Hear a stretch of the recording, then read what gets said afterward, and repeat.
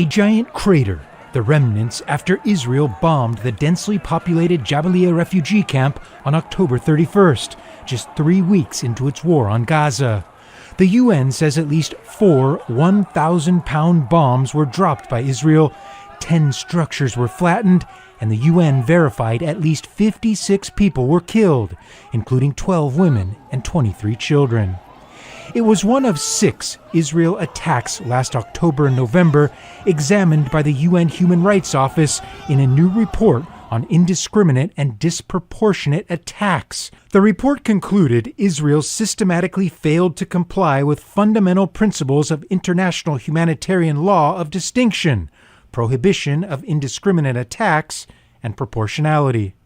The report concludes that these Israeli strikes indicate that the IDF may have repeatedly violated fundamental principles of the laws of war.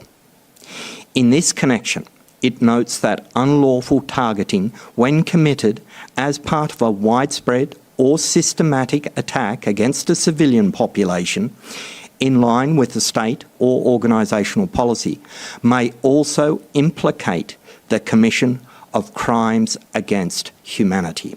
Israel often justifies attacks on civilian populations, saying armed fighters were targeted and killed, often without proof. The UN says even if armed groups are within the civilian population, it does not deprive civilians of protection or absolve Israel of war crimes. The requirement to select means and methods of warfare to minimize civilian casualties appear to have been consistently violated during the bombing campaign.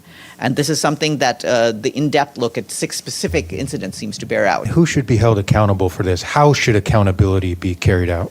There are many different groups looking into things. Obviously, there will be the need, as with every conflict, for measures for accountability to be taken.